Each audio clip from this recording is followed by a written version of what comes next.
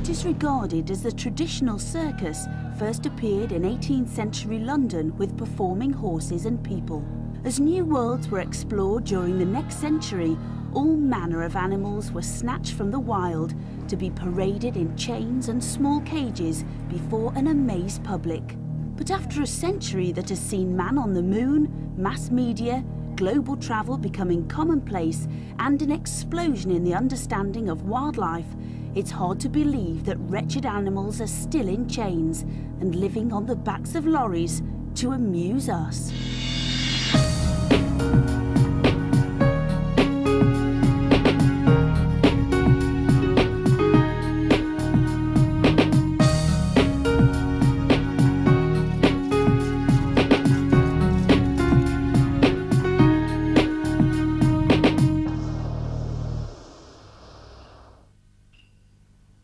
Every year, thousands of animals, including horses, lions, elephants, tigers, baboons, indeed almost any animal you can imagine, are on the move across Europe.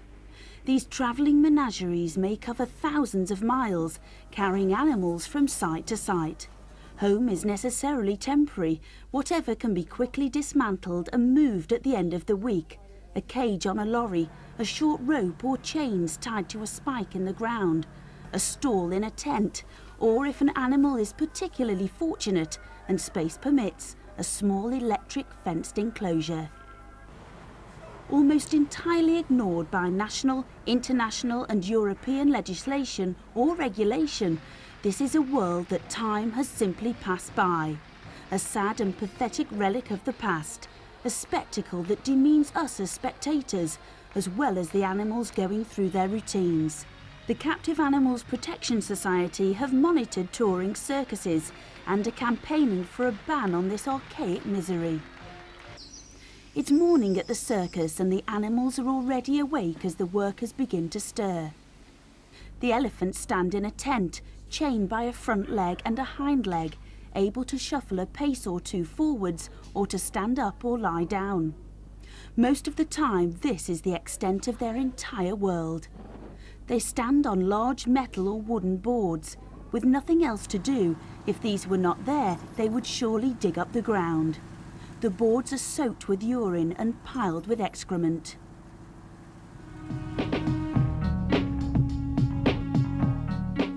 Naturally, elephants are extremely social, living in large groups or herds, and in the wild travel an average of 25 kilometers per day.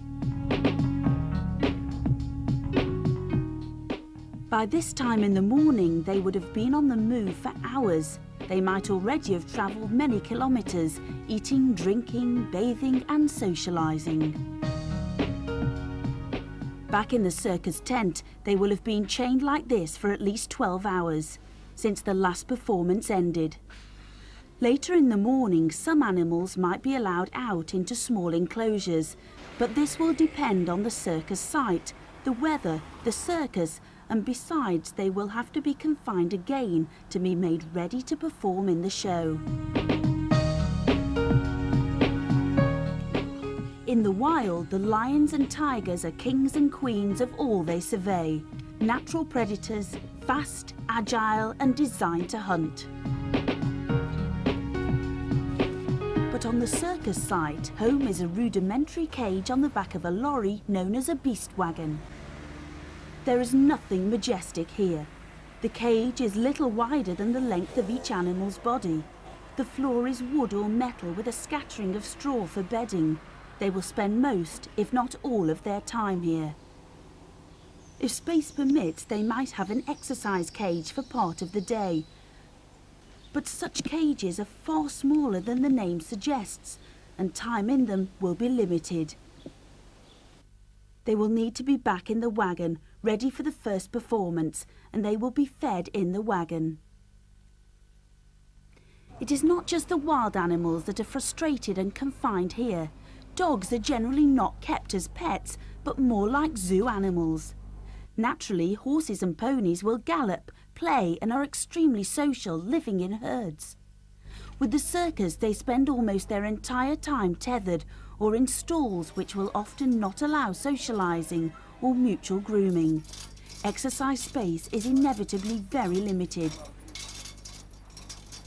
And the travelling circus menagerie may be home to a vast array of species from different continents, habitats, environments, all kept in brutally simplistic confinement with a singular disregard for their natural needs. For example, the nervous herding zebra, designed for a life on the African plains, may be alone and frightened here. And it seems as little consideration is given to public safety, with some of the most powerful animals on Earth in temporary compounds. Lions, tigers, elephants and camels are amongst the many animals that have escaped from circuses with sometimes tragic consequences. Hippos are said to be responsible for more human deaths than lions in Africa, yet there appears very little caution here.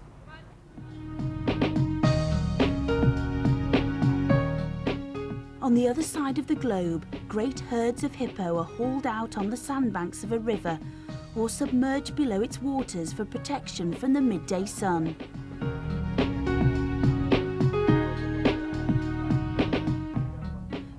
Back at the circus, the lonely hippo's life could not be more of a contrast.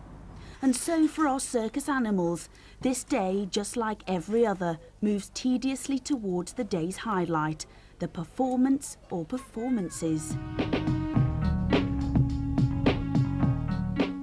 In the early afternoon in Africa, a troop of baboons have settled down to forage in the shade of the trees and groom each other before moving on.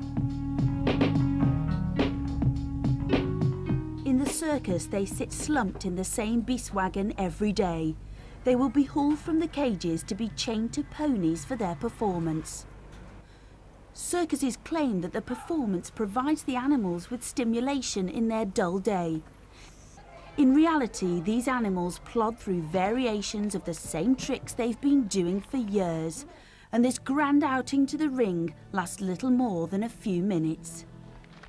The animals in circuses are there purely for entertainment, and the routines have changed little since the 19th century. We see elephants made to look unnatural and undignified, or big cats leaping or rearing at the crack of the brave tamer's whip. Some circuses claim to be educational, but what do you think is being taught here? Or here? Or here? Even for domesticated species, the tricks are equally pointless, demeaning and disobedience violently dealt with. And remember, while circuses remain legal, it is legal to use whatever force is necessary to get an animal to perform. A shout or crack of the whip will quickly escalate to something harsher should an animal fail to obey. Real training takes place in secret, and the tools of the trade may include whips, screw points concealed in walking sticks, spikes, metal bars, and electric shock devices. What you see in the ring is just a little reminder to the animal.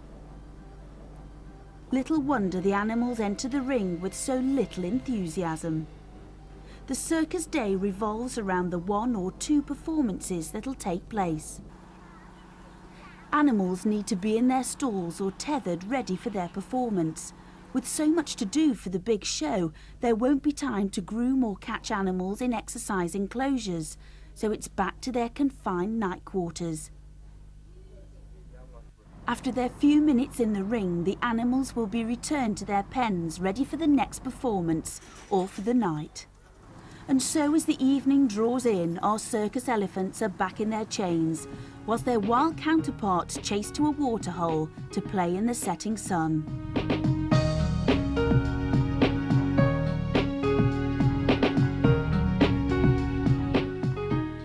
When they are not touring, most circus animals fare little or no better, chained or caged in barns or small enclosures, merely stored ready for the next season. Such confinement, deprivation and restriction of natural instincts takes its toll. Disturbed, unnatural behaviours such as repeated rocking and nodding or pacing the same steps again and again are common amongst circus animals. Often referred to as stereotypic behaviour, These are repetitive movements that serve no function. With nothing else to do, these animals are going out of their minds. Some animals may spend more than half their time like this, day after day after day, for the rest of their lives. Some might claim it's traditional. Some might find it entertaining. Surely it's time it stopped.